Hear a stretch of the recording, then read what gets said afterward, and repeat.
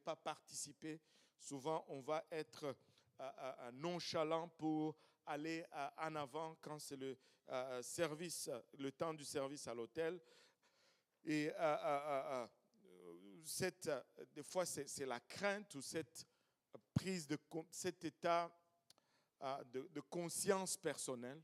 On est très conscient de soi-même et on se pense peut-être pas assez adéquat ou peut-être trop adéquat parce que des fois, on pense qu'on est trop spirituel pour aller à l'hôtel prier pour quelqu'un.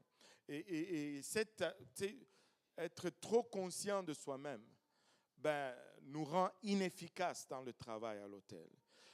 Il faut s'effacer que le Seigneur puisse nous utiliser. Amen. Et vraiment mettre le mérite sur le Seigneur et non sur nous-mêmes. Le manque de fardeau pour les âmes. Si nous n'avons pas de fardeau pour les âmes, nous n'allons pas être motivés pour aller à l'hôtel. Un engagement réduit dans ses responsabilités. Vous savez, des fois quand on commence, on est chaud. Et puis après, on stagne. Et puis on commence à être tiède. Le travail à l'hôtel n'est plus une priorité pour nous. Ou tout simplement, quand on va à l'hôtel, mais on a développé de mauvaises habitudes. On va à l'hôtel pour s'asseoir sur le premier banc et parler avec la personne à côté. Ce sont des choses qui nous rendent inefficaces quand nous travaillons à l'hôtel.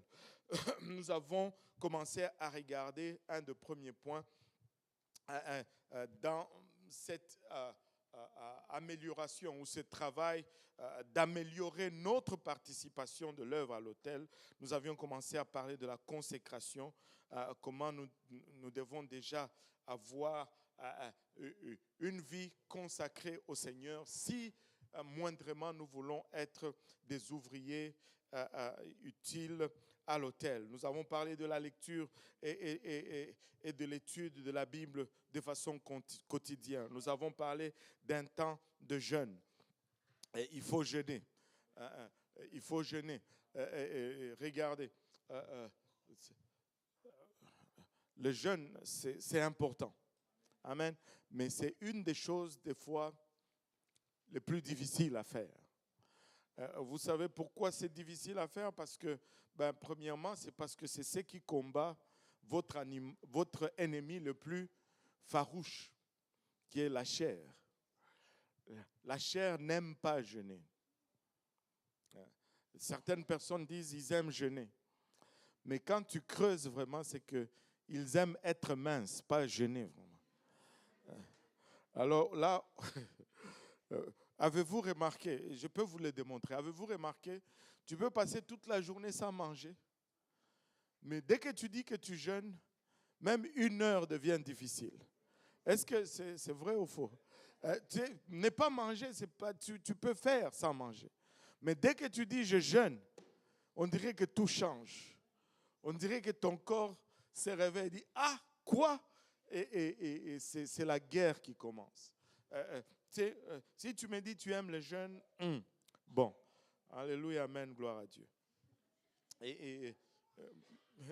Maintenant, pour être efficace dans le travail à l'autel, nous devons nous efforcer de passer du temps de qualité dans la prière. Nous devons prier chaque jour. Nous devons prier avant le service. Et si nous voulons vraiment tirer le maximum du travail à l'autel, nous devons investir au moins 30 minutes de prière avant le service. Et dans ce moment de prière, c'est là où nous débarrassons de nos préoccupations de la journée. Tu te déconnectes un peu de ce que tu as vécu, qui t'a coupé la voix quand tu venais à l'église, qui t'a mal parlé quand tu venais à l'église. Avez-vous remarqué aussi des fois, c'est lorsque vous voulez venir à l'église que des fois certaines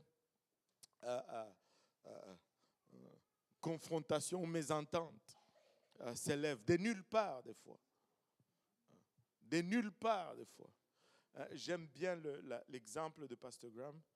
Il dit, au début de son mariage, il s'est chicané pour la pâte à dentifrice. Il dit que sa femme, quand elle prenait cette tube à dentifrice, elle appuyait juste dans le milieu là.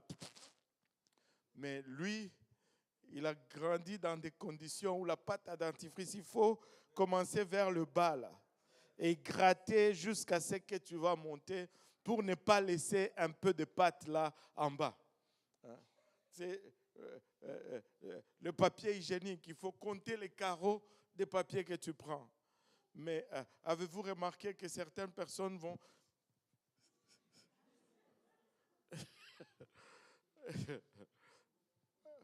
Alléluia. Et des fois, ce sont des choses inutiles comme ça qui vont créer une zizanie. Mais le but, ce n'est pas vraiment cette pâte à dentifrice, mais c'est le service là où vous êtes en train d'aller.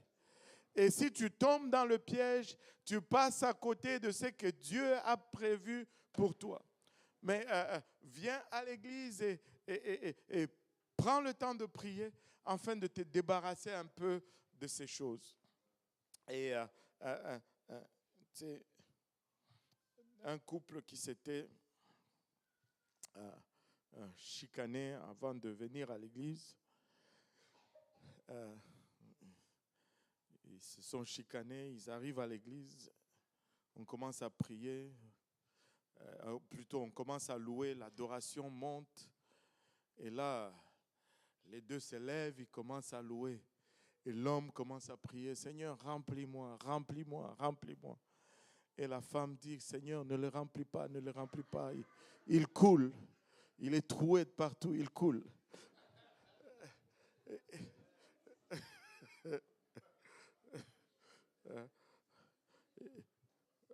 Prie avant le service. Comme ça, tu évites de telles réactions. Amen. Nettoie ton esprit un peu avant. Alléluia. On va avancer aujourd'hui.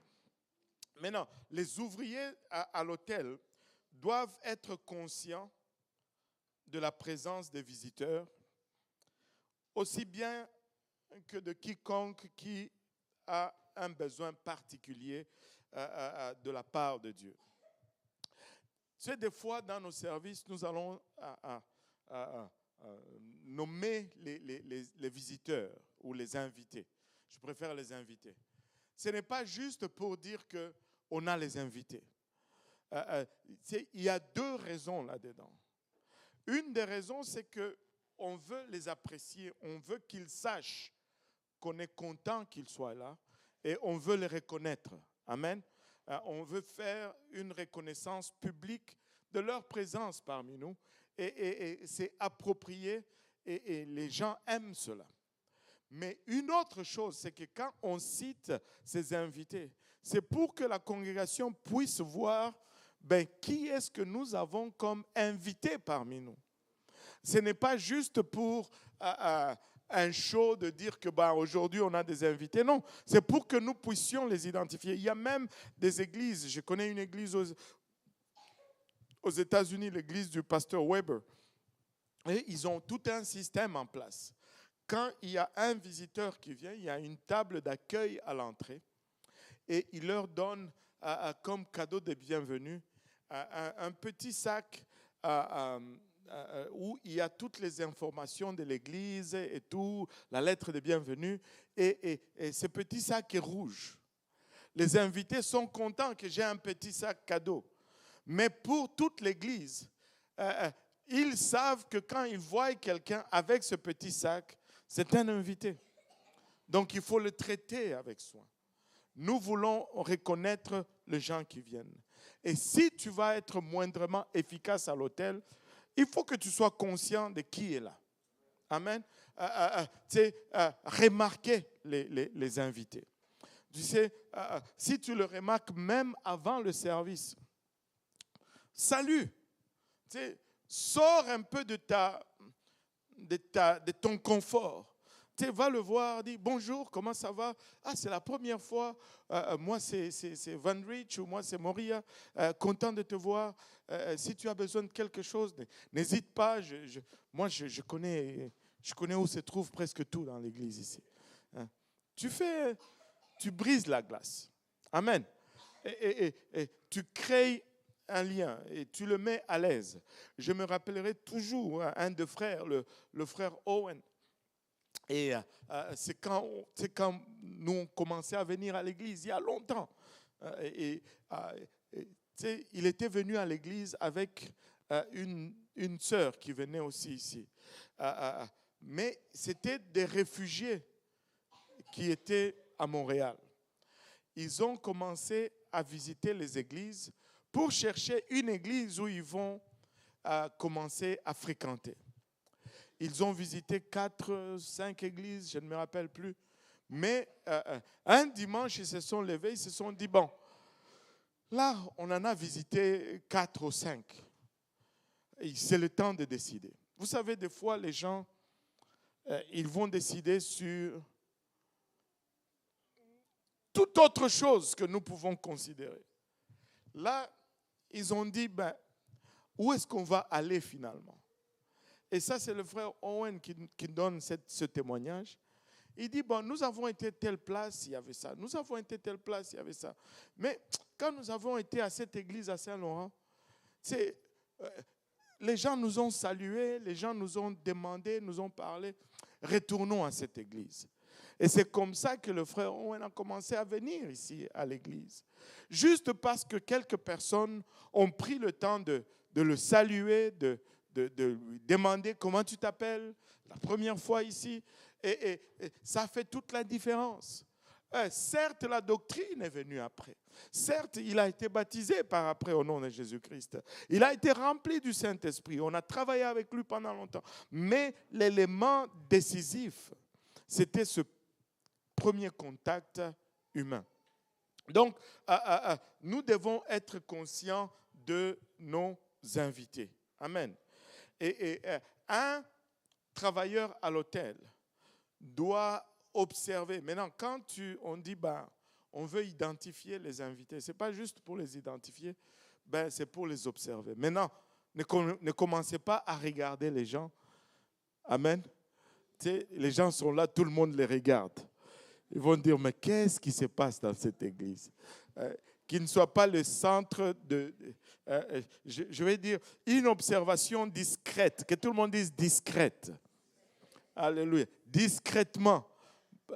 Il ne faut pas leur fixer le regard ou leur fixer les yeux. Une observation discrète des réponses des visiteurs lors des diverses parties du service va te donner une indication un peu d'où ils sont. Observe-le comment ils répondent au chant. Est-ce qu'ils se sont levés ou ils sont restés assis pendant toute l'adoration? Est-ce s'ils se sont levés et ils se sont mis un peu à bouger, et c'est particulier comment tu peux observer cela. Quelqu'un va venir à l'église pour la première fois, il va rester assis. Et des fois, il se lève, mais il observe avec un sourire un peu en coin. Il dit, mais ces gens, ils sont fous. Tu peux littéralement voir ce qui se passe dans sa tête. Et la sœur riche elle rit parce que et ils sont fous, ces gens. Et est-ce qu'on doit se comporter comme ça à l'église? Et là, après 1 semaine ou 2 semaines, tu vas le voir, là, on chante, il commence à bouger un peu. Quand il commence à bouger un peu, tu dis, ok, là, ça y est, on est sur une bonne voie. Et puis après, éventuellement, tu vas le voir aussi commencer à être libre dans l'adoration. Mais il faut observer les visiteurs. Si tu veux vraiment être efficace dans le travail à l'hôtel, il faut les observer pendant le culte. Ça va t'aider à avoir une réponse efficace. Ça va te permettre même de savoir comment approcher la personne pour commencer à prier avec elle. Maintenant, quand on arrive maintenant au service à l'hôtel, ça demande une participation active à l'adoration ou à la prière. Tu sais, on ne peut pas être à l'autel, s'il y a un chant, si on ne prie pas, on adore. Si tu ne pries pas avec quelqu'un, adore Dieu. Parce que non seulement on doit prier pour quelqu'un, mais on peut participer à cette prière en créant cette atmosphère d'adoration qui rend conductive à la réception du Saint-Esprit. On doit créer cette ambiance dans laquelle les gens reçoivent facilement ce dont ils ont besoin de la part de Dieu. Et tu sais, lors de l'appel à l'autel, on ne doit pas avoir des spectateurs. Nous devons être tous des participants. Tous les membres devraient être en train de soit de prier ou soit d'adorer. Et on l'avait dit la fois passée dans les choses qui nous rend inefficaces, c'est que quand le service à l'autel commence, nous devons aller tous en avant. Bon, nous devons aller tous en avant. Allô? C'est pour ça que nous sommes venus. Tu sais, peut-être que, ok, mettons que tu es fatigué. Mais si tu regardes quand même tous les services, presque tu as été assis, ou peut-être que tu courais, tu dansais, ok. Mais pendant que tu étais assis, si la prédication a duré 40 minutes, tu étais quand même assis pendant 40 minutes. Tu peux quand même t'élever pour ce temps de la fin, là. Allô? C'est notre attitude, c'est le premier signal de comment l'appel à l'autel va se dérouler.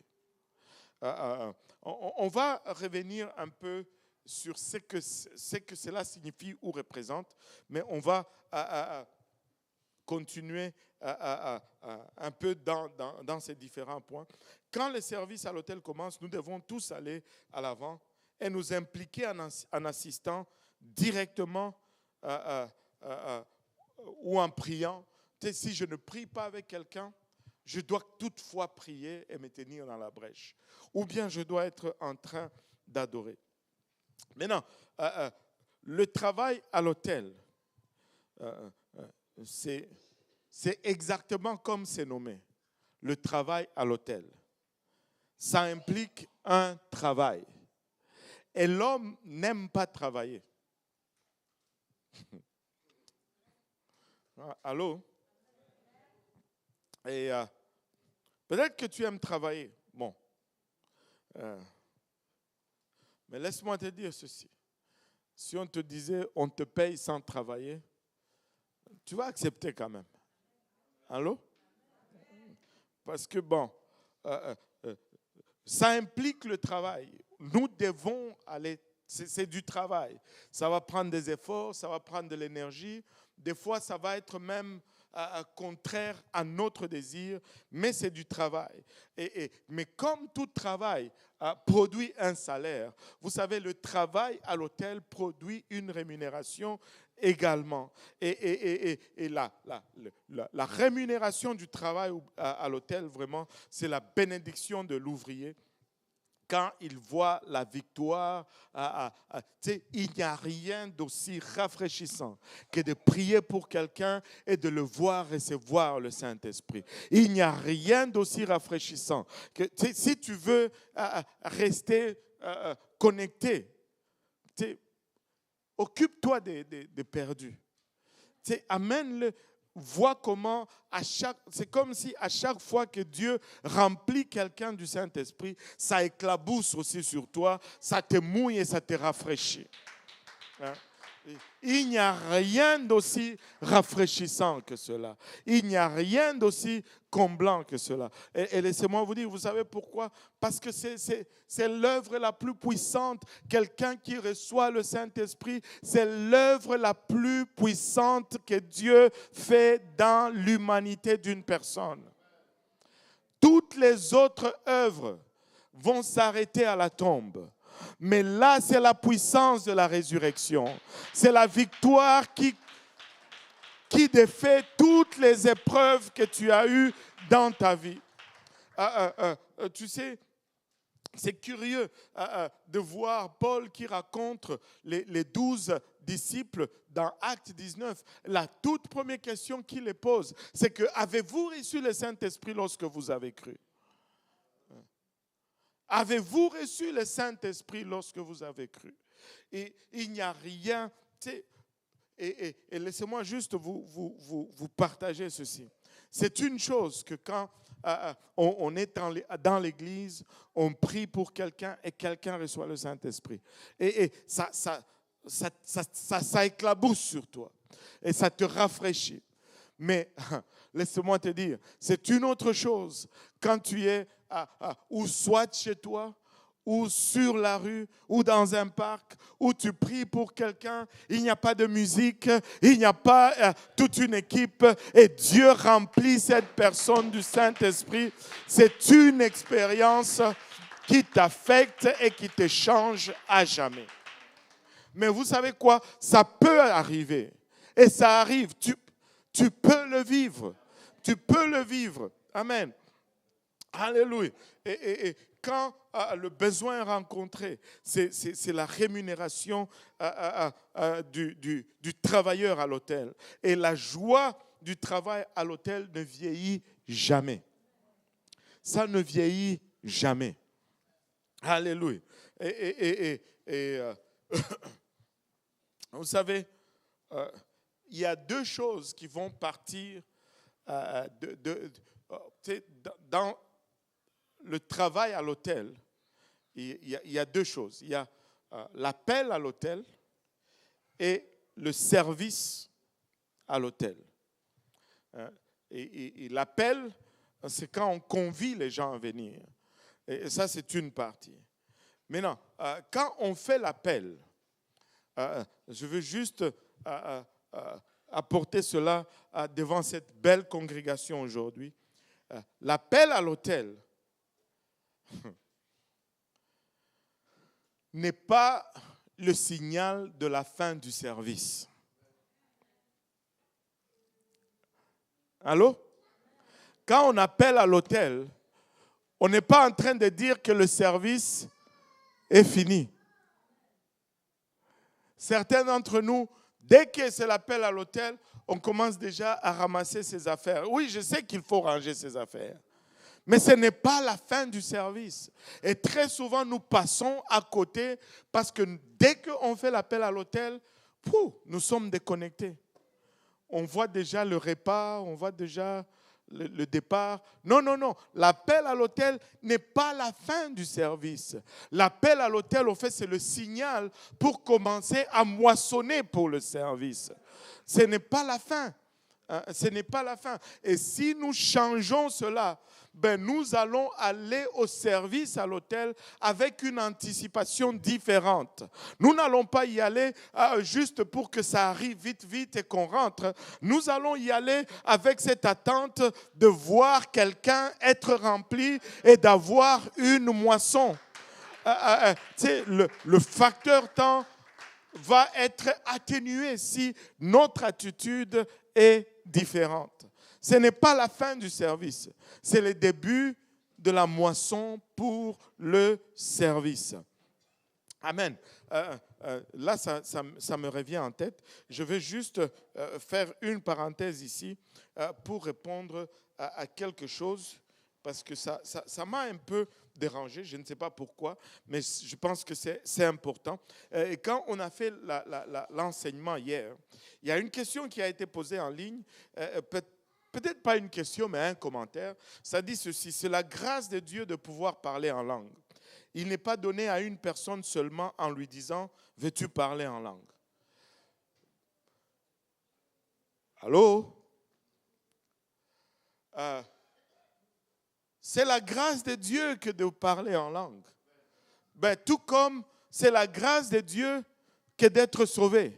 C'est la grâce de Dieu que d'être baptisé. Mais si nous ne disons pas cela aux gens, comment est-ce qu'ils vont le faire? Personne ne donne le Saint-Esprit à personne. Mais les gens doivent savoir qu'ils peuvent recevoir le Saint-Esprit.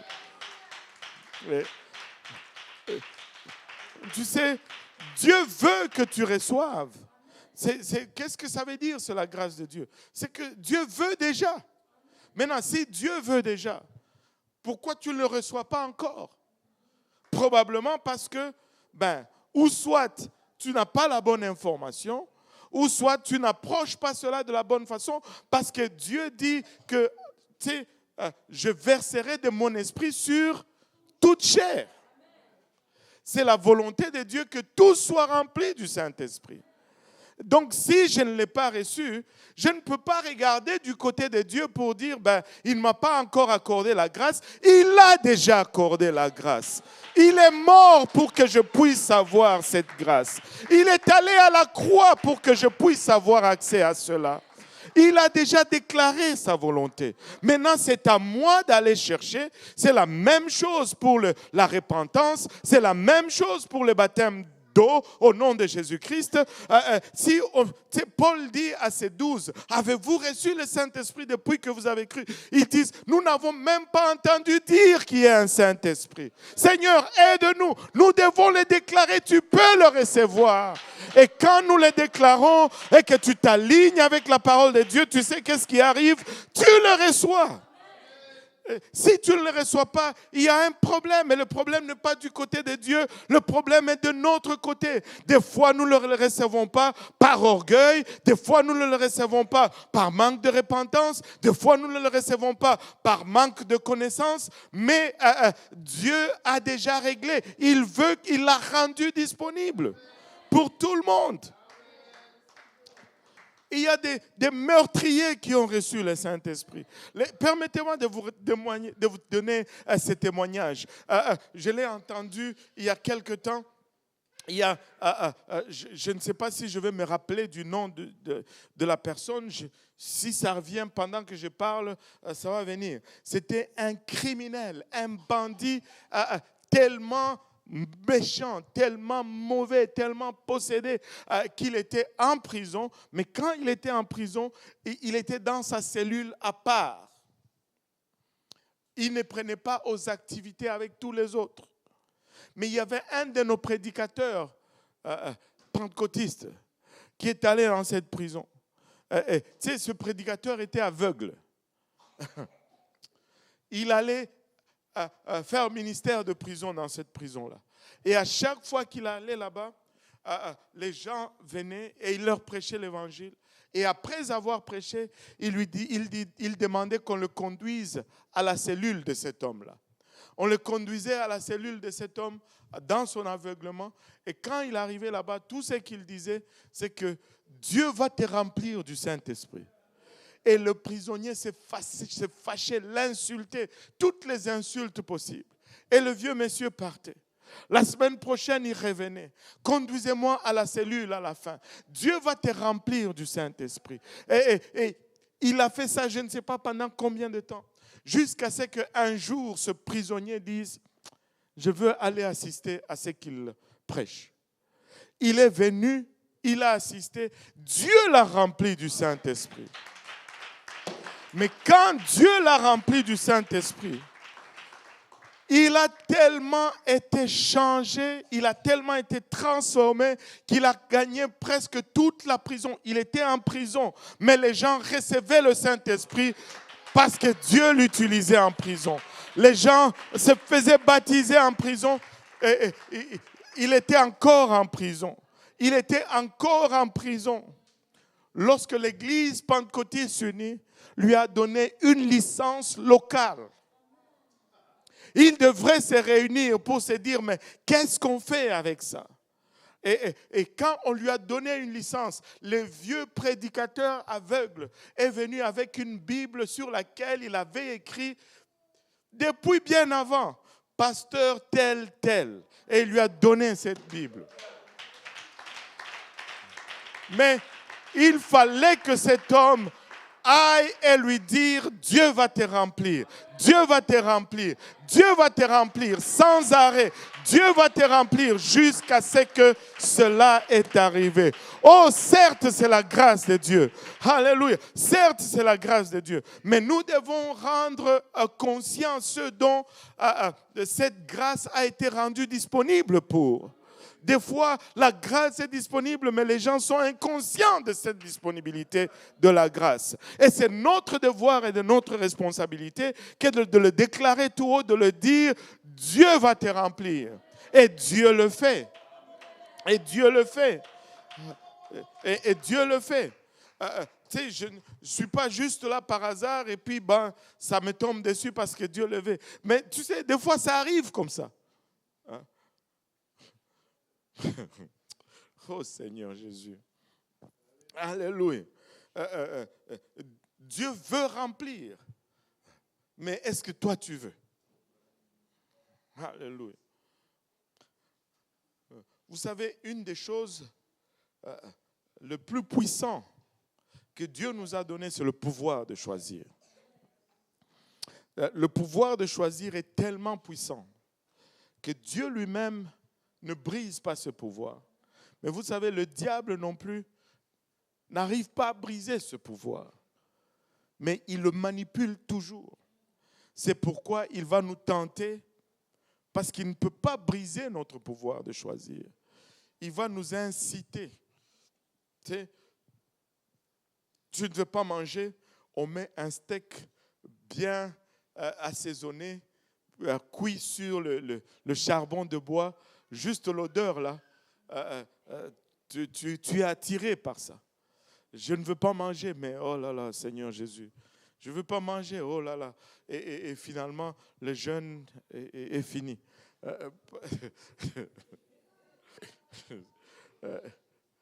Mais tu vas choisir de le faire. Amen. Et Dieu est un gentleman. Alléluia. Maintenant, retournons à notre sujet. Ne jamais regarder l'appel à l'autel comme la fin du service. Maintenant, l'appel à l'autel, si ce n'est pas la fin du service, c'est quoi? Premièrement, c'est la transition vers la moisson durant le service. Quand il y a l'appel à l'autel, nous devons être excités. C'est le moment d'aller récolter. Quand un laboureur sème son champ, il a hâte de voir ses épis de maïs grandir. Et il a hâte que, maintenant c'est le temps de la moisson. Tous les efforts que j'ai faits vont être récompensés maintenant. Et l'appel à l'autel est fait pour générer une réponse à la parole qui a été prêchée et donner une opportunité à la personne d'exercer sa foi. On a enseigné, on a prêché, les gens ont une conviction. Mais on ne peut pas dire, OK, c'est fini, rentrez à la maison.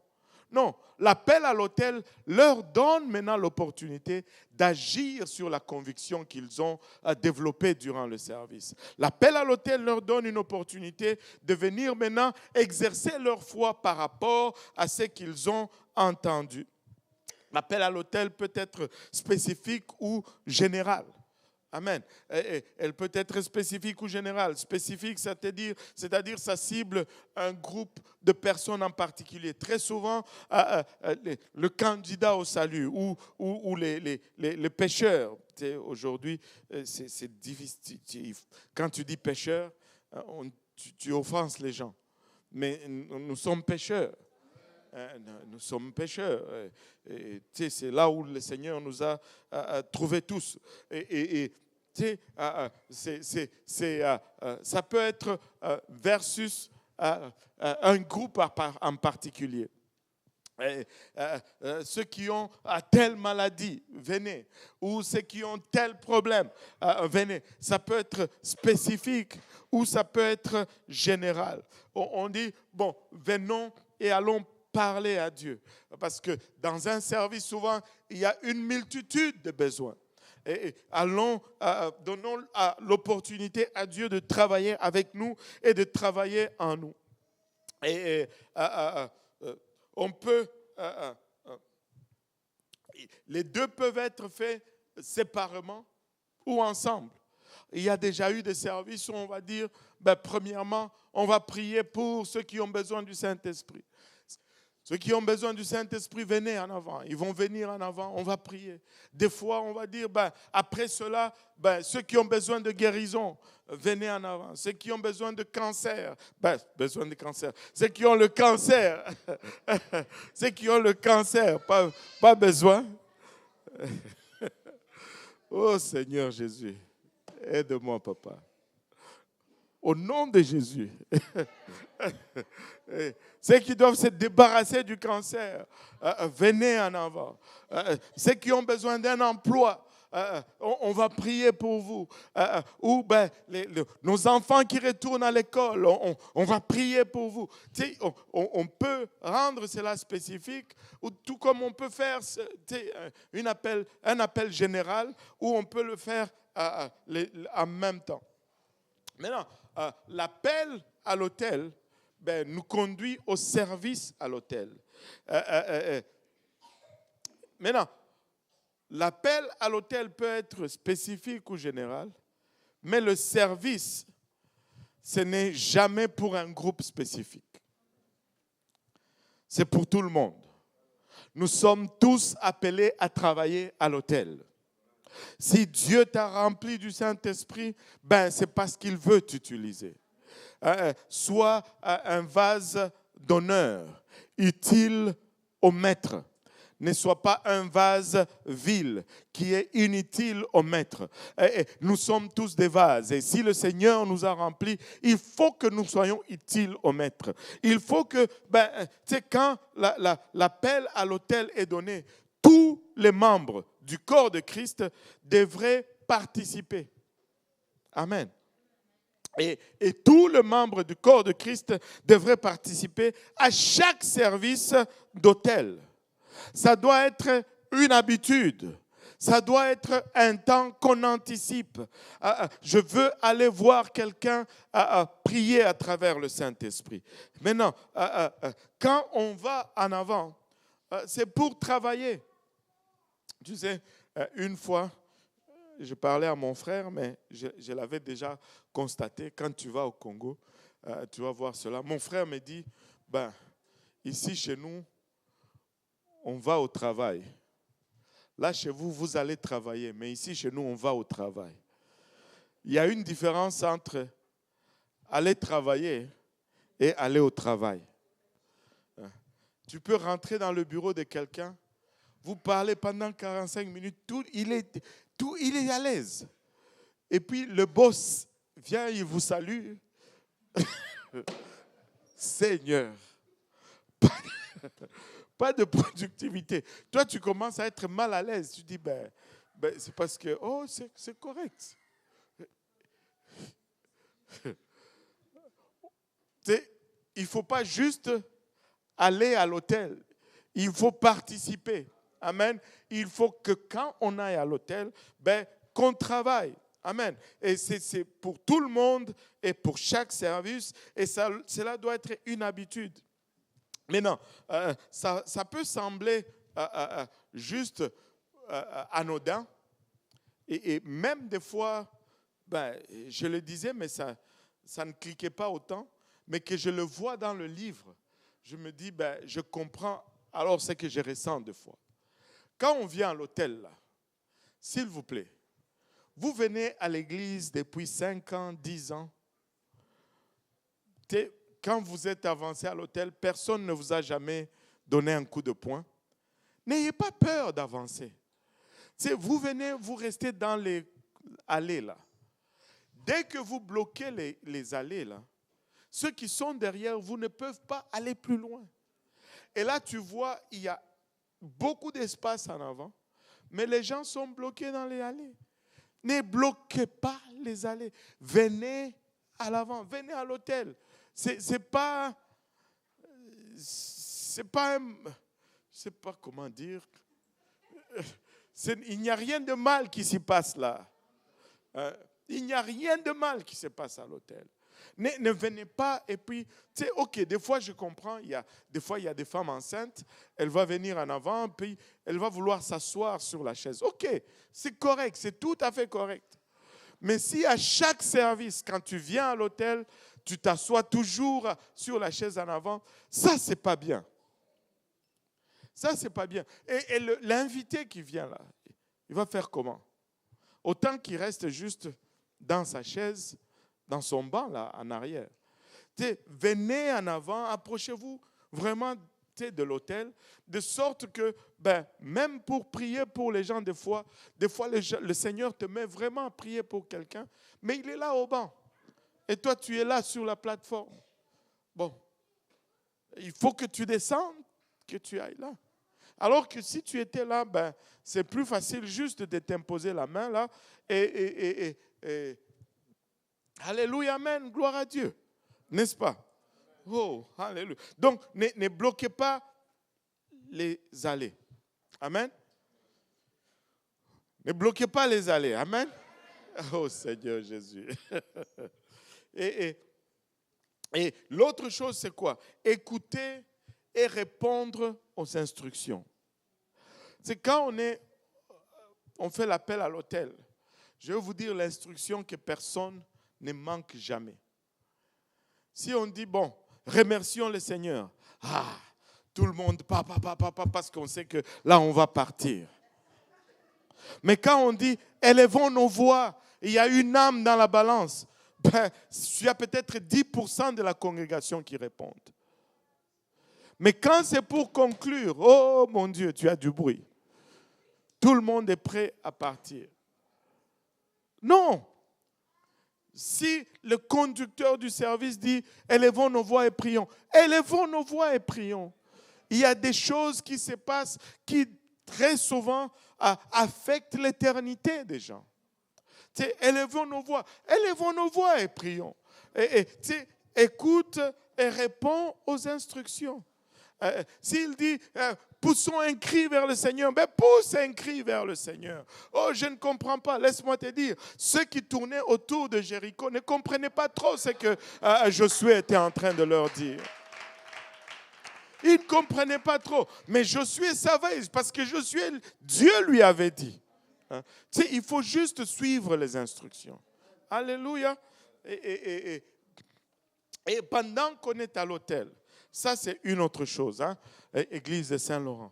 Nous savons que nous sommes une église très fertile. Amen. Et Dieu, on a même une réputation que quand les femmes viennent ici, elles ont les enfants. Ça, c'est un des premiers miracles que Dieu nous a donné et ça revient souvent. Anyway, nous aimons les enfants. Mais aimer n'exclut pas la discipline. Aimer n'exclut pas la discipline. Tu peux aimer ton enfant en le disciplinant. Maintenant, quand c'est le service à l'hôtel, les enfants ne doivent pas être en train de courir. C'est un grand non. Et même des fois, ok, on a chanté un cantique de louange, on est en train de célébrer. C'est correct de courir. Mais il y a de ces moments où c'est un temps de révérence à Dieu.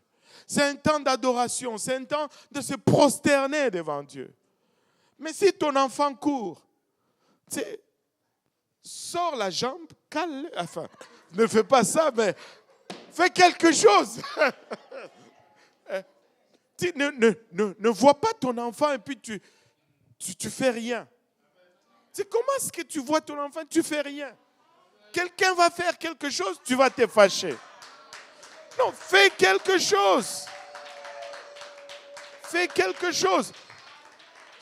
Vous ne pouvez pas nous accuser de ne pas aimer les enfants. On les aime, les enfants. On va hors de notre confort pour montrer l'amour à nos enfants. Mais nous devons les discipliner. Il y a de ces moments où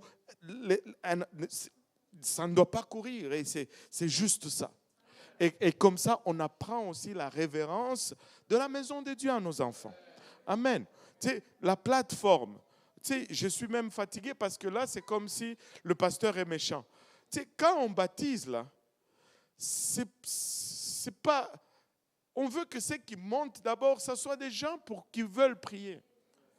Et il faut donner la révérence de la plateforme même à nos enfants. Ce n'est pas qu'on idolise ces lieux, mais c'est une question de discipline et de conscience qui va aider l'enfant dans sa marche avec Dieu.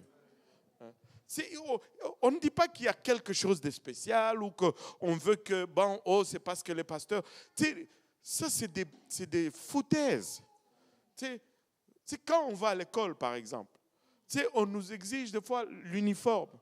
Est-ce que ça nous rend plus intelligents? Non, pas nécessairement, mais ça nous donne une certaine discipline.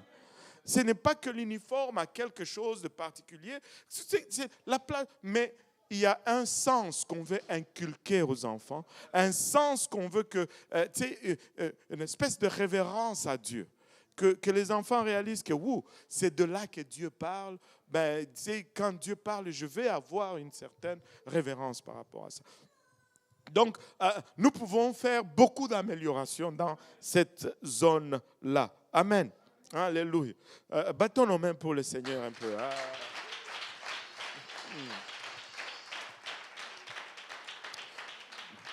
Maintenant, les conversations banales doivent être évitées.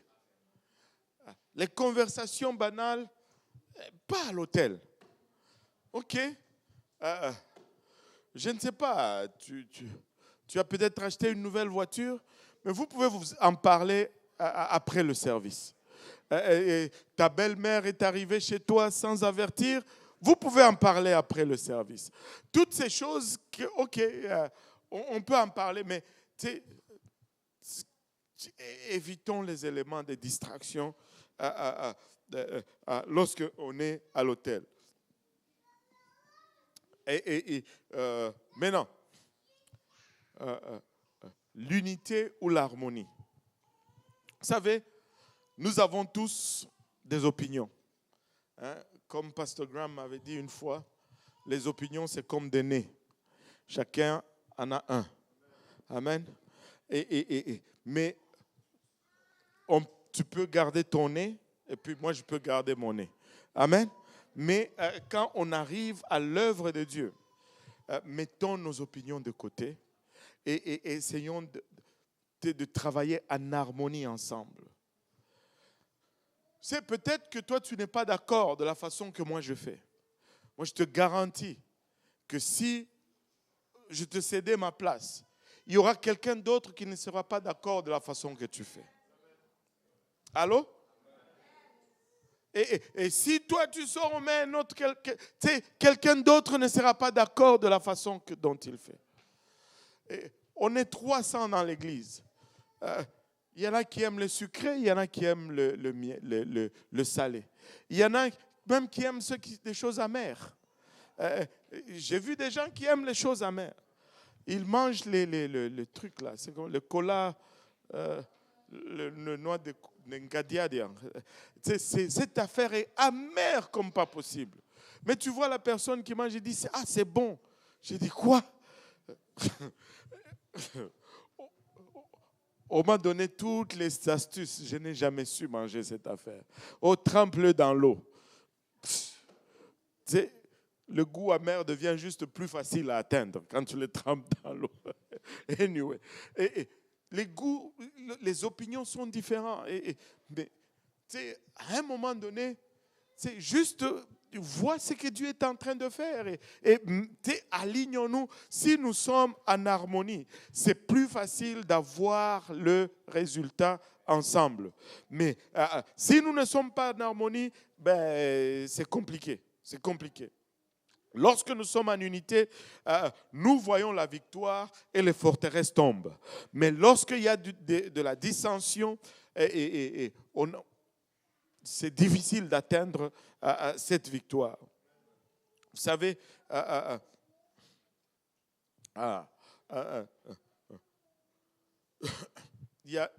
j'ai lu une histoire Et l'histoire était celle-ci.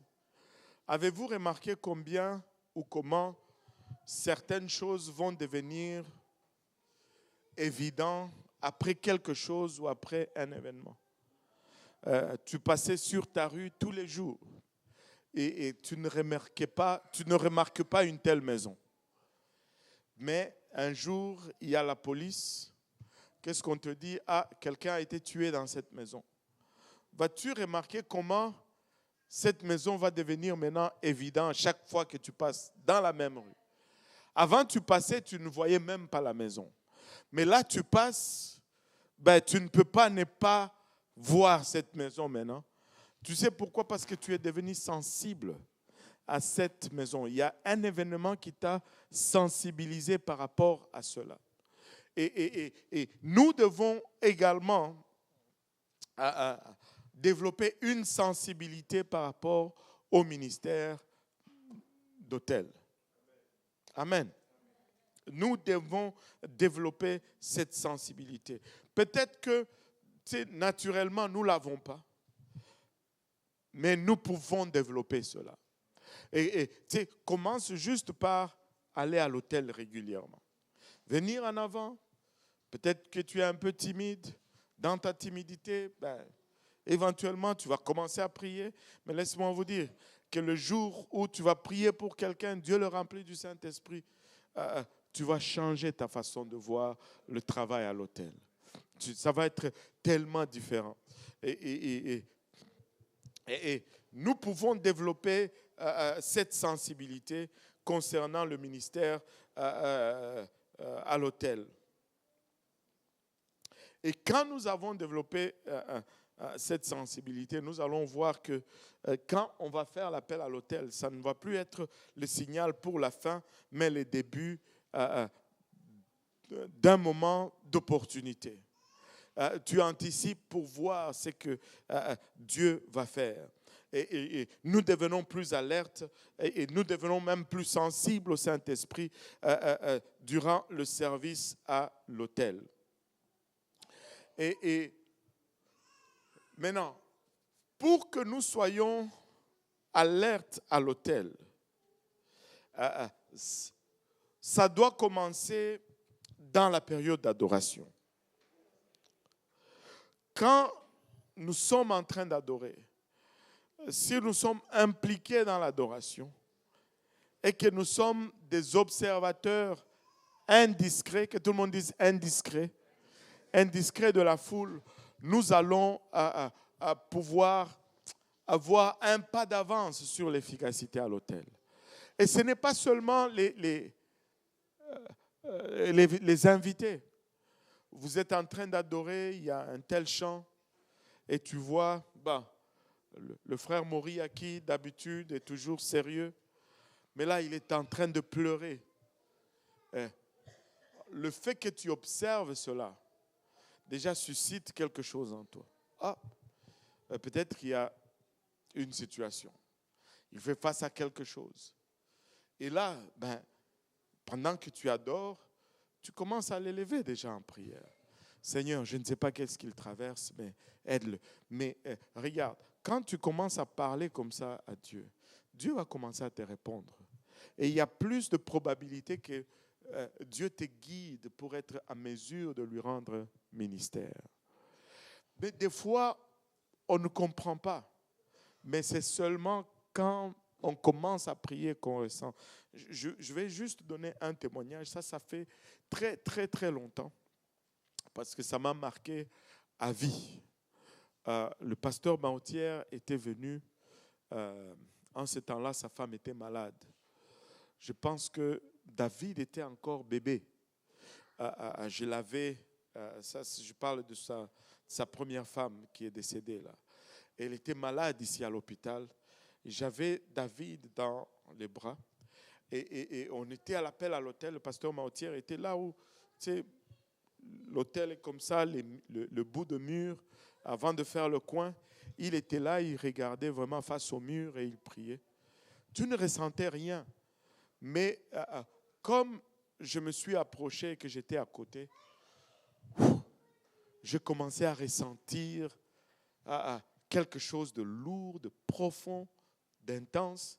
J'avais le petit dans mes bras et j'ai mis juste ma main dans son dos. Je n'ai pas parlé,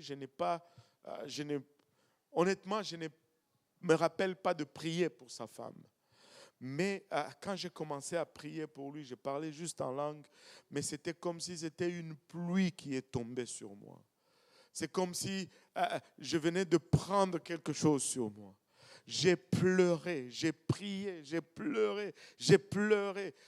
Il y avait je ne sais pas, un déchirement, une douleur. Tu sais, je n'avais pas cette proximité avec lui, même à cette époque-là. Mais juste être là, j'ai pu, si j'ose dire humblement, ressentir un peu le fardeau qu'il portait vis-à-vis de sa femme. Et peut-être quelques semaines après, sa femme est décédée. Et quand sa femme est décédée, je n'ai jamais oublié ce moment à l'hôtel. Il faut être alerte dans le service. Tu ne sais pas qui est venu avec quel fardeau. Tu ne sais pas qui est-ce que tu vas aider à porter quelconque fardeau. Tu ne sais pas. Il faut être sensible. Pendant l'adoration, regarde. Et ça nous aide à développer cette sensibilité. Et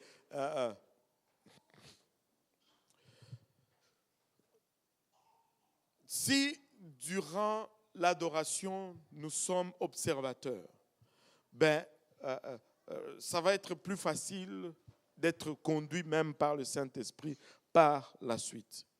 Je veux revenir un peu sur l'unité.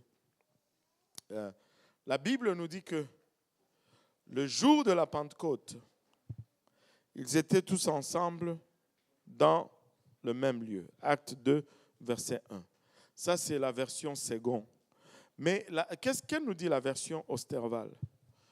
La version Osterval nous dit ceci. Attends, je vais la sortir.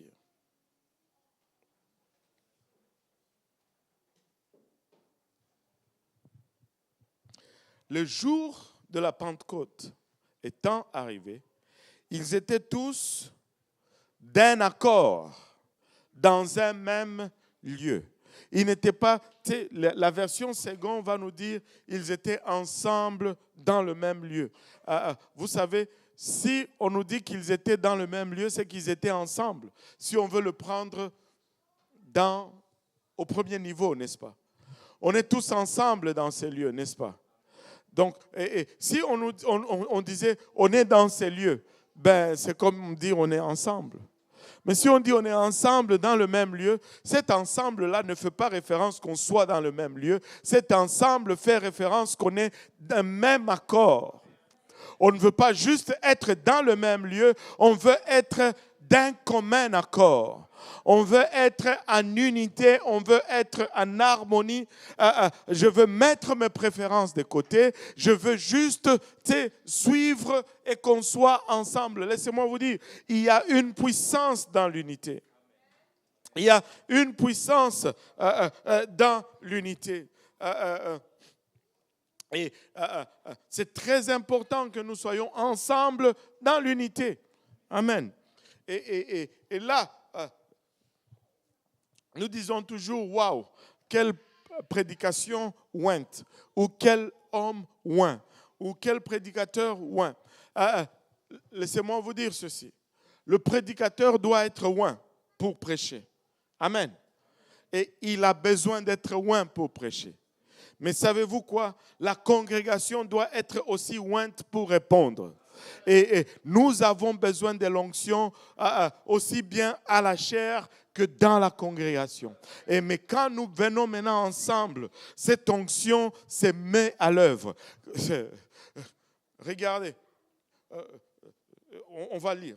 Ésaïe 10, verset 27 nous dit, « En ces jours, son fardeau sera ôté de dessus ton épaule et son joug de dessus ton cou, et la graisse fera éclater le joug. » La graisse fera éclater le joug. Mais j'ai regardé la version Martin. La version Martin nous dit, « Et il arrivera en ce jour-là que son fardeau sera ôté de dessus ton épaule et son joug de dessus ton cou, et le joug sera rompu à cause de l'onction. » À cause de l'onction. Alléluia. Et nous voulons que l'onction de la chair, pas l'onction du pupitre, parce que si je dis la chair, on peut confondre avec la chair. L'onction du pupitre s'aligne avec l'onction de la congrégation. Et quand ça vient ensemble, les jougs explosent, les liens tombent. Les liens tombent. Les liens tombent. Vous savez, une des raisons pourquoi, je vais lire d'où, je vais dire, j'aurais dû amener l'image, une des déclarations d'un des hommes les plus puissants que nous avons eu dans notre mouvement, le frère Billy Cole. Il a dit ceci.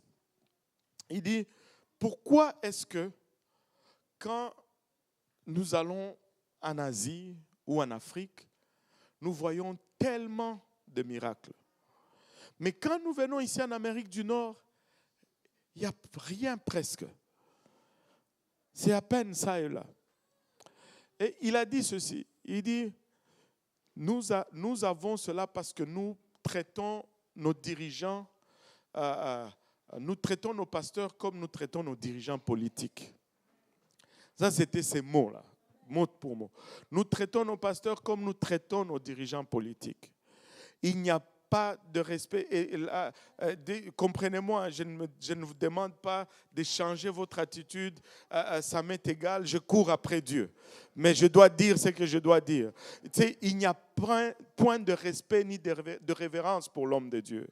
Vous savez, parce que nous nous sommes approchés des gens,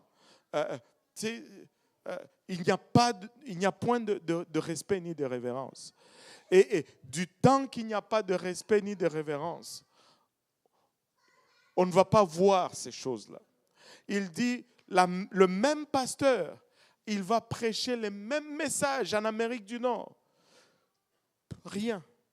Le même homme de Dieu, même onction, il va évangéliser quelque part en Afrique, en Asie. Waouh, les gens sont guéris. Il dit, qu'est-ce qui a changé?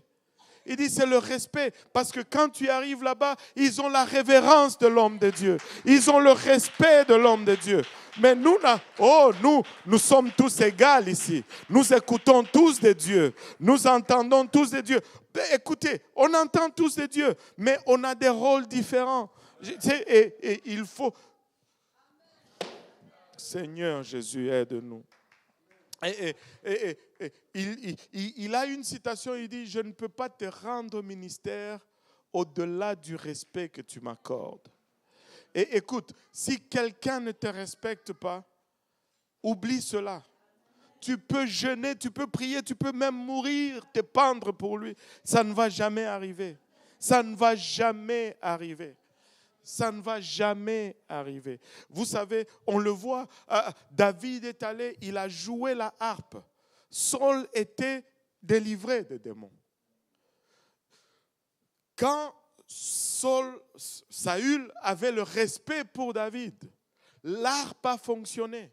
Mais le même David, même harpe, même onction, quand Saul s'est fâché contre lui, quand Saul a commencé à le mépriser, Saül, je veux dire, quand Saül a commencé à le mépriser, David a joué de cette même harpe. Le même Saül a pris une lance et il a voulu le clouer à... Qu'est-ce qui a changé? Ce n'est pas David qui a changé. Ce n'est pas la harpe qui a changé. Mais la considération et l'attitude de Saül vers le même David a changé et son onction n'était plus efficace pour Saül. Fini, c'était fini. C'était fini. Je ne dis pas cela pour, regarde, encore une fois, Dieu m'est témoin. Je veux juste aller au ciel. Que tu me respectes ou pas, je veux juste aller au ciel. Que tu me considères ou pas, je veux juste y arriver.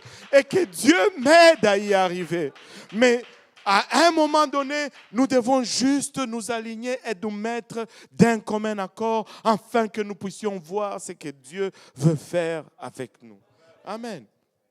Alléluia. Et il arrivera en ce jour-là, Ésaïe 10, 27, et il arrivera en ce jour-là que son fardeau sera ôté de dessus ton épaule et son joug de dessus ton cou, et le joug sera rompu à cause de l'onction. Maintenant, si on est conduit par l'Esprit, cela ne veut pas dire qu'on peut faire n'importe quoi et n'importe comment. Oh, c'est l'Esprit qui m'a dit, ok. C'est l'Esprit qui t'a dit, c'est bien. Mais est-ce que l'Esprit t'a dit de le faire de cette façon-là? Si on est conduit par l'Esprit, c'est approprié, que tout le monde dise approprié, d'approcher quelqu'un respectueusement. Allô?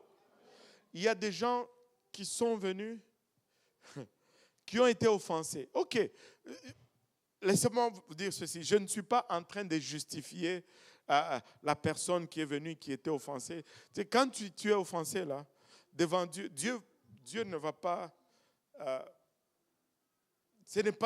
l'offense n'est jamais une excuse devant Dieu. Hein? On est d'accord là-dessus. Amen.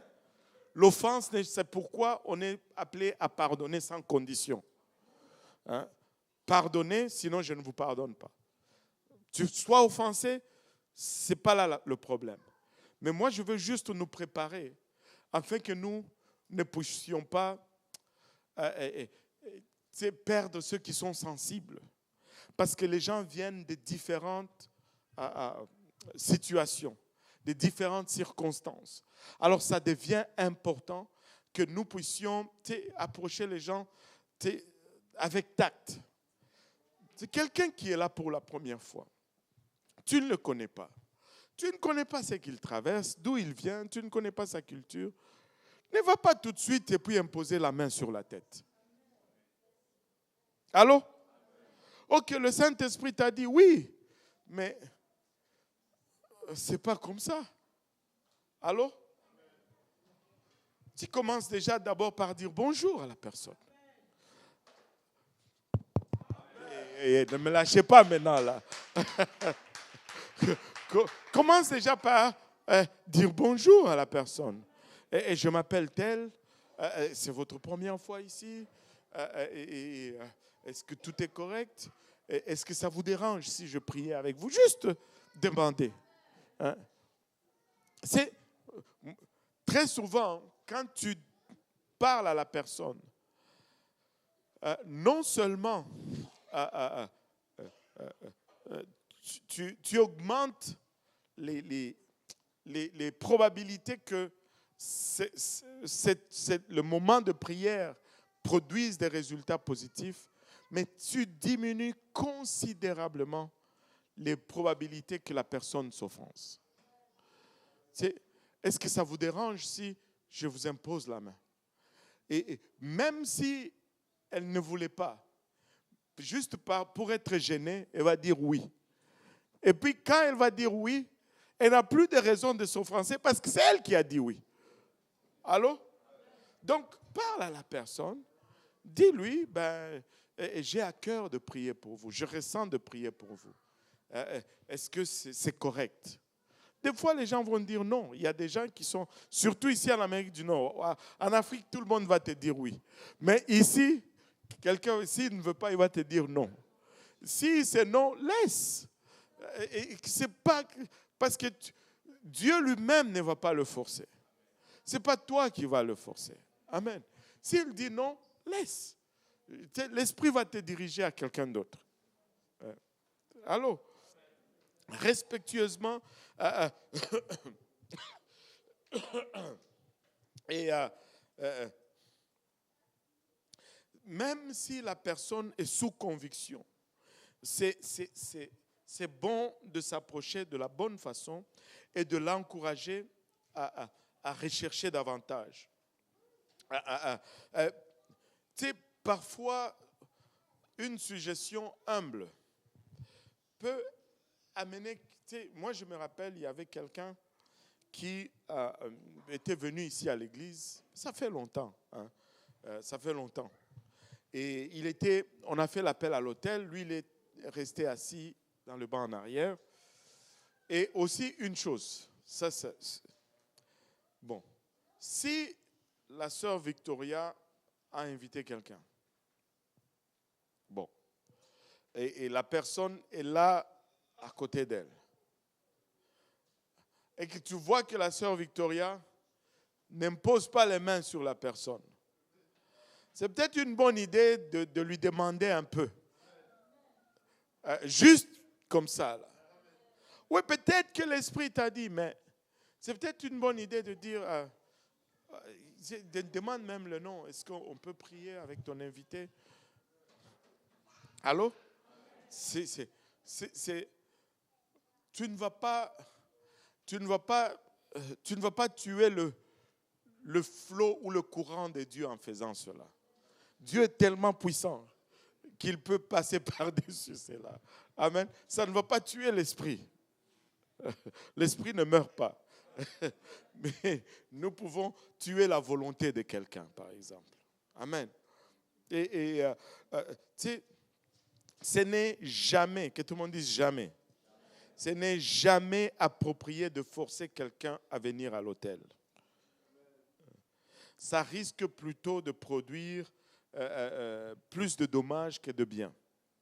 Même si l'intention est bonne, si quelqu'un ne veut pas, Dieu ne voudra pas non plus. Parce que c'est un mariage que Dieu veut. Dieu ne veut pas qu'on lui donne une épouse forcée. Vous rappelez-vous que c'est un mariage? Alors, tu sais, parle à la personne, peut-être qu'elle ne comprend pas, peut-être qu'elle ne veut pas tout simplement. Bon, c'est correct. Mais tu aurais fait ton travail. Amen. C'est très important que la personne soit à l'aise. Éviter d'utiliser le jargon linguistique apostolique. Il y a de ces mots qui ne sont pas utilisés dans le vocabulaire courant. Hein? L'Holocauste.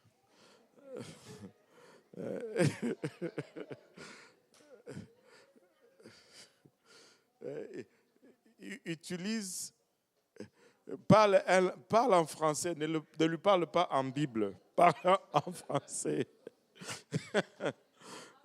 Alléluia. Tu vois, des fois, on va utiliser la rémission. Pas juste dire le pardon. On va se repentir. Quand on prêche, on dit la repentance.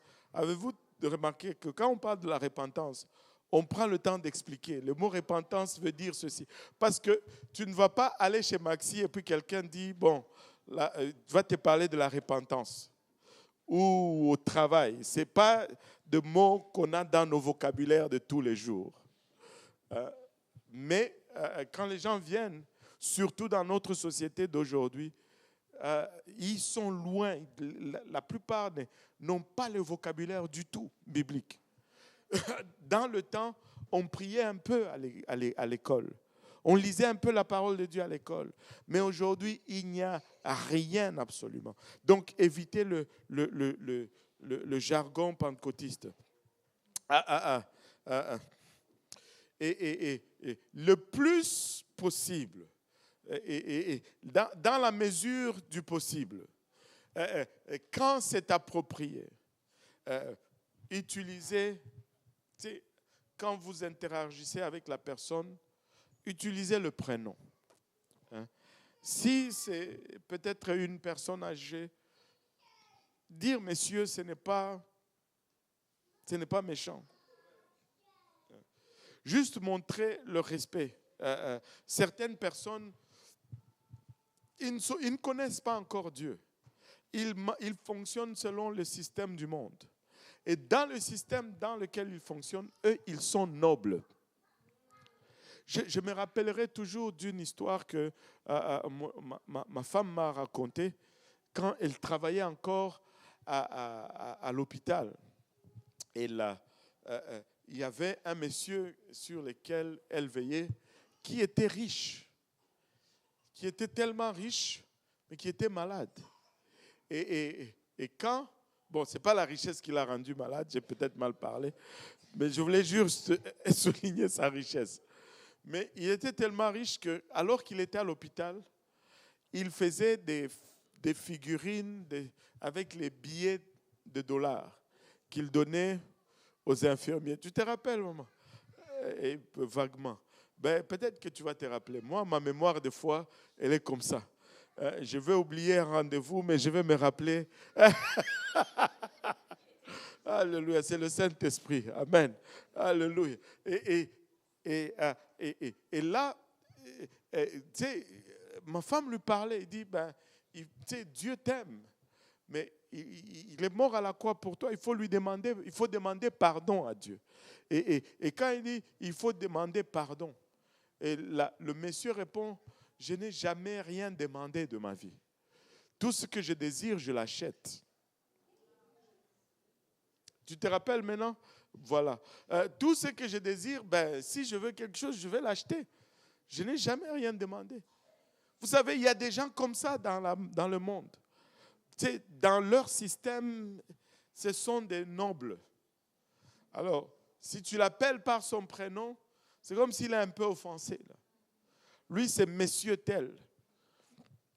Si c'est ça que ça prend pour que tu reçoives le Saint-Esprit. Je vais t'appeler monsieur. Ça ne me dérange pas. Je veux que tu le reçoives. Amen. Je vais t'appeler monsieur. Mais quand tu vas recevoir le Saint-Esprit, on va devenir frères.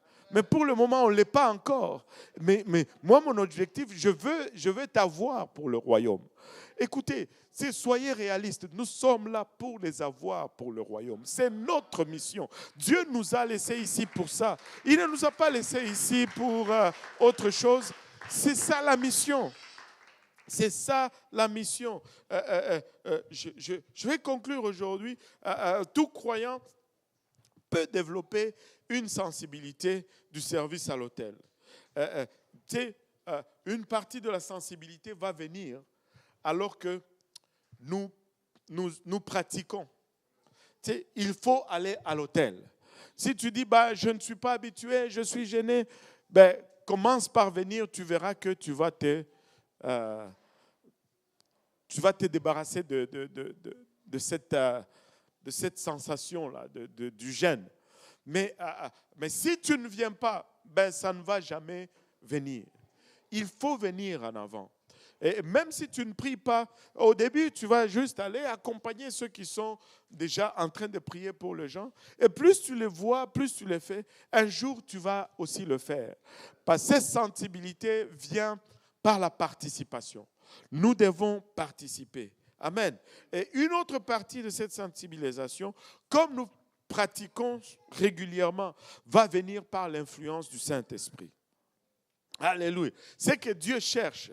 Ce n'est pas quelqu'un qui est prêt. Ce que Dieu cherche, c'est quelqu'un qui est disponible et qui est volontiers. Mais si tu es disponible et volontiers, Dieu va te faire avancer dans le processus. Et là, le mercredi prochain, on va voir le discernement durant le service à l'hôtel. On va parler un peu du discernement. On va parler de la prière du pécheur. On parle souvent de la prière du pécheur, la repentance. On va prier de comment amener le baptême d'eau à la personne. On va parler de comment prier avec quelqu'un pour recevoir le Saint-Esprit, ainsi de suite, parce que nous voulons être juste efficaces dans les opportunités que le Seigneur nous donne avec les âmes qui vont venir dans sa maison. Amen. Alléluia. Je veux juste profiner mes armes. Je vais juste être efficace dans l'appel à l'autel. Alléluia. Est-ce qu'il y a des questions? Oui. Oh, en passant, alors qu'on lui donne le micro, les questions, on va les faire dans le micro. Amen. Ce n'est pas qu'on veut vous exposer, mais lundi, quand je venais à l'étude biblique, j'ai reçu un appel du Burkina Faso. Le pasteur Ben m'a appelé. Il m'a dit ceci que je pense le jour d'avant ou le jour même, parce que là-bas c'était déjà tard la nuit, ils avaient baptisé une 60e personne par rapport à l'évangélisation que nous avions fait avec les Trinitaires là-bas au Burkina Faso. Il y a déjà 60 âmes baptisées jusqu'à présent. Et il dit qu'ils suivent nos études et nos services, mais des fois, quand les gens posent des questions, on n'entend pas la question parce qu'ils ne parlent pas dans un micro. Et ce qui fait que, des fois, quand on donne les réponses, ils sont un peu perdus. Et donc, on va parler dans le micro. Amen. Alléluia. Il y a la sœur Morgane. Tu as le micro? Oh, micro?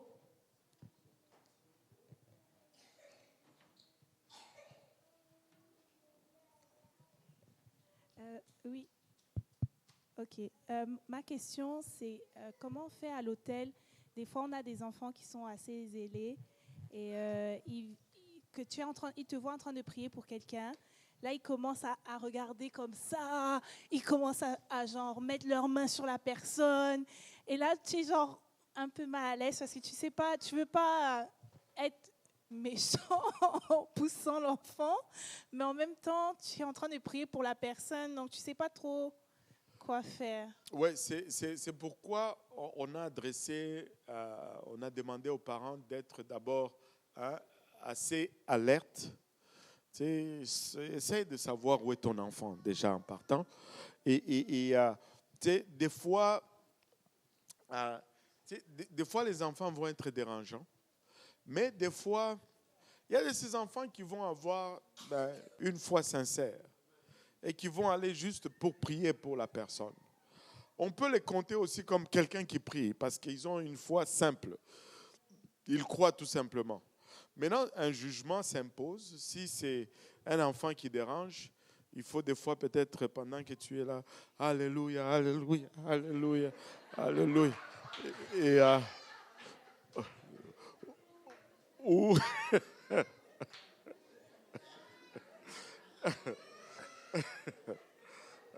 vous riez parce que vous vous identifiez dans cela. Amen. Ou bien, c'est pourquoi des fois il faut être alerte. Il faut regarder les alentours. Des fois, tu peux faire signe à quelqu'un. Tiens l'enfant. S'il y a une communication entre nous, on va développer cette sensibilité ou cette aptitude. Tu vois, il y a des fois, je vais vous dire par exemple, de tous les huissiers qu'on a, eu, je devais dire, le meilleur a été le pasteur Luc. Le frère Roger, il était bon, mais ces derniers temps, je ne le vois pas souvent. Mais le pasteur Luc, je vais vous dire pourquoi. Il n'y avait pas un temps où, si je suis sur la plateforme, que je commence à chercher quelque chose, il l'avait tout de suite. Parce qu'il y avait toujours cette communication. C'est parce qu'il est juste attentif. Et dès que je commence à chercher quelque chose, je vais le regarder, et poum, ça va passer. Il le sait. Tu sais, des fois, je vais peut-être parler un peu aux huissiers. Il faut communiquer. Les huissiers, ce sont les policiers de l'Église. Allô? Tu sais, ce sont les policiers aussi bien spirituels que physiques. Hein? Tu sais, quand il y a un enfant qui, tu sais, des fois, oh Seigneur Jésus, aide-nous. Durant la prédication, là, Ce n'est pas le temps de laisser ton enfant venir jouer en avant de l'autel. Non, mais non, mais non. Tu sais, l'enfant commence à venir, rattrape-le. Tu sais, non seulement tu sais, il distrait la foule, mais laissez-moi vous dire, il distrait aussi le prédicateur. Il distrait aussi le prédicateur. Tu ne laisses pas l'enfant, non, pas pendant le service. Tu sais, garde-le près de toi, ou bien envoie-le à l'école du dimanche ou tu les gardes près de toi. Mais les huissiers, tu sais, ils peuvent patrouiller même pendant l'appel à l'hôtel. Et aussi, tu sais, entre nous, quand vous priez ensemble, souvent, tu sais, il y a cette communication qui commence à se faire. Tu sais, des fois, tu regardes, il y a certaines personnes ici, je ne veux même pas citer le nom, parce que sinon, je vais avoir des problèmes avec d'autres. Et tu sais, tu regardes seulement, quand c'est l'appel à l'hôtel, tu regardes la personne, tu regardes la personne qui est dans les besoins, elle a compris. Tu sais, elle va aller directement. Parce que des fois, de la plateforme, tu sais, il y a une visibilité qu'on n'a pas quand on est assis dans les bancs. Et là, tu sais, même pendant que tu prêches, tu vois qui, tu sais, la parole travaille. Et quand on vient à l'hôtel, tu sais, tu veux mettre les travailleurs à l'hôtel le plus agressif. Et quand je dis plus agressif, pas agressifs, mais qui sont intenses, qui sont souvent là, qui sont aguerris. Tu veux le mettre sur cette personne-là. Et là, tu regardes et puis tu cherches, le contact visuel n'est pas là. Pourquoi est-ce que je demande le contact visuel? Parce que je ne veux pas pointer, parce que dès que tu pointes, tu dis, toi, vers la personne se sent ciblée, elle est sur la défensive. Elle est sur la défensive. Tu ne veux pas pointer les gens, vraiment. Tu veux juste, tu regardes, alléluia, alléluia. Ben, et puis la personne va là-bas. Et puis, et puis des fois, celle-là, non, l'autre, oh oui, alléluia. Et puis ça coule. Et puis tu vois, bam, la personne reçoit le Saint-Esprit. Alléluia. Ou bien la personne va se faire baptiser. Mais il faut qu'il y ait cette communication aussi, là. Et des fois, c'est bon de temps en temps juste de regarder au conducteur du service, de regarder qui dirige l'appel à l'hôtel. Juste jette un coup d'œil, juste pour lire la température. Des fois tu es là, tu ne sais pas où aller. Ben, tu es là, tu regardes. Et puis, ben, des fois, c'est un signe, ben, envoie-moi quelque part. Alors, je t'envoie quelque part, juste par le regard. Alléluia. Juste par le regard.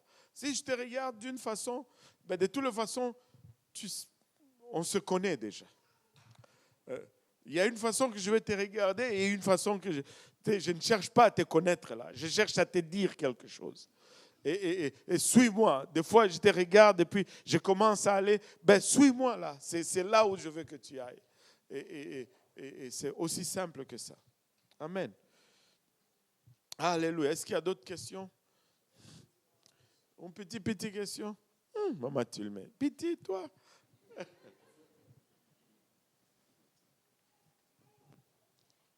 Est-ce que, ma question c'est, est-ce que parfois les ou devant hôtel, mais parfois au ressenti pour rester prier, est-ce que c'est correct ou pas correct? C'est très correct. Si tu ressens de rester prier à l'hôtel, c'est correct. La prière n'a jamais dérangé. Allô?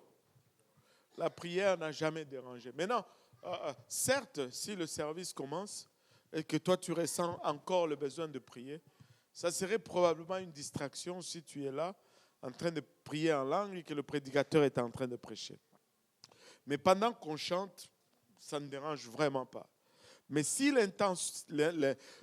le fardeau ne te lâche pas, va dans la salle en haut, va dans la pouponnière, continue de bombarder. La prière, là, elle traverse les murs. Elle va être efficace quand même.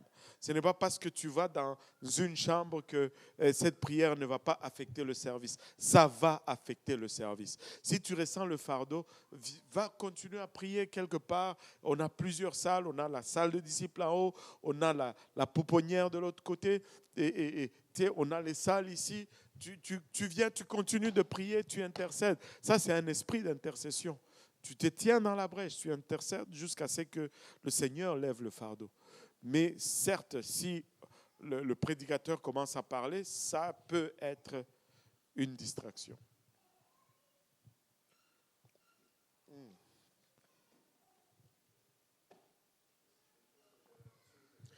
Ouais, tu as un micro, le micro.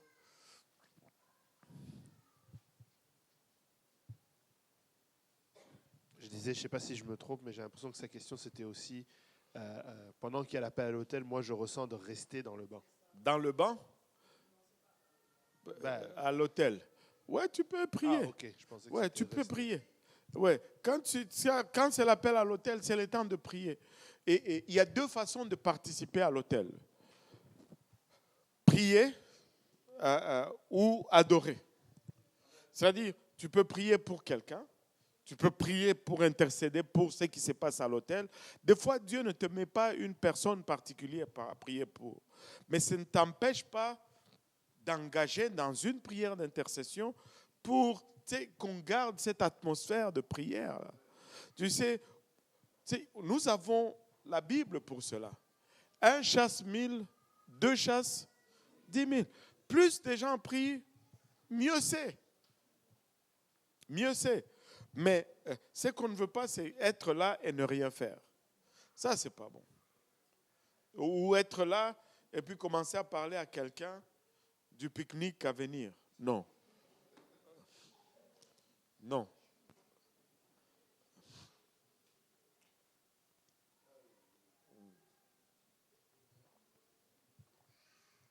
Amen. Alléluia. Est-ce qu'on peut battre nos mains pour le Seigneur?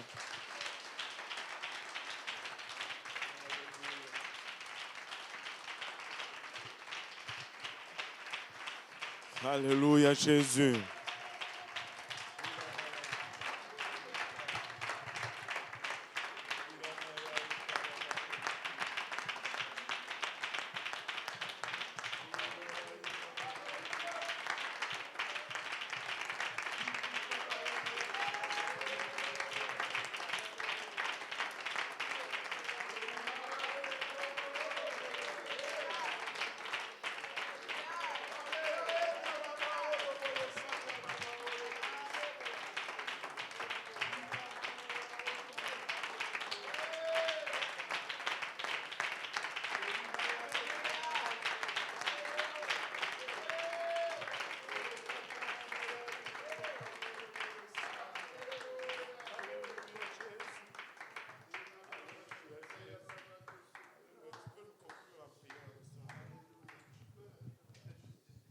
Oui.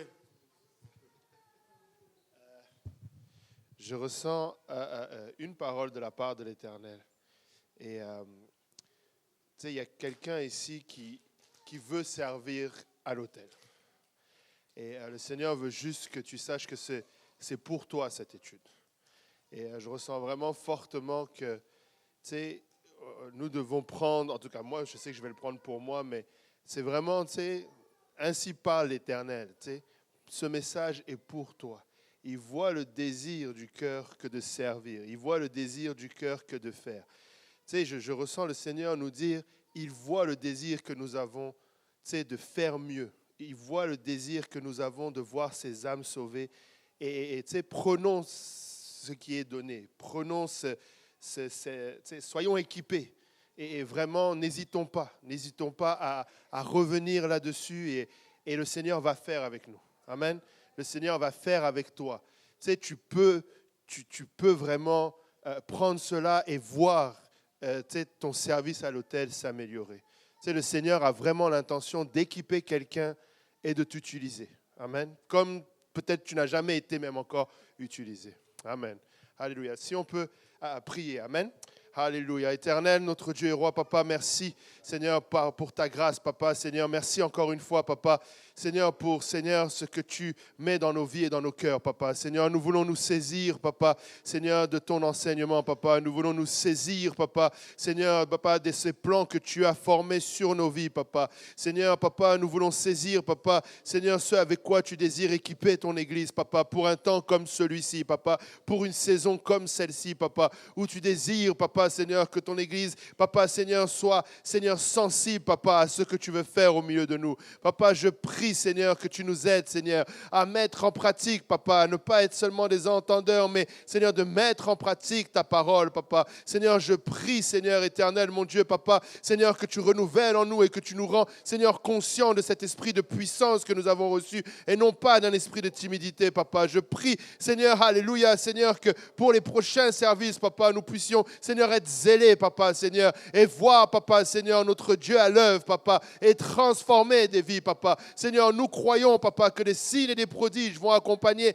Papa, Seigneur, les services, Seigneur, à l'autel. Papa, Seigneur, dans les prochains jours, dans les prochains mois, Papa. Seigneur, merci, Papa, de ce que, Seigneur, tu as tourné encore une fois de plus ta face, Seigneur, sur ton Église, Papa. Et Seigneur, nous voulons répondre, Seigneur, en te disant, Papa, nous voici, Papa. Seigneur, pour te servir, Papa, pour voir ton royaume, Papa, encore accueillir ces âmes, Papa, qui vont être sauvées, Papa, de l'enfer. Papa, que toute la gloire, l'honneur et la louange te reviennent, Papa. Seigneur, sois exalté et glorifié, Papa. Tu es digne de gloire, d'honneur et de louange. Papa, c'est avec action de grâce dans nos cœurs que nous t'avons prié. Papa, Seigneur, je prie pour ton peuple, Papa, garde-le, garde notre retour à la maison, garde-nous pour les restants de la semaine, Papa, et permets que nous nous réunissions encore à nouveau pour exalter notre Dieu, Papa. Que toute la gloire et l'honneur te reviennent. Au nom précieux de Jésus-Christ, nous avons ainsi prié. Alléluia, que tout le monde dise au nom de Jésus. Élevons nos voix et battons nos mains pour le Seigneur. Exaltons son saint nom pour un moment. Il est digne de tout honneur, il est digne de toute louange, il est digne de toute révérence. Il a bachat. Alléluia. Béni soit le nom de Jésus. Béni soit le nom de Jésus. Béni soit le nom de Jésus. Béni soit le nom de Jésus.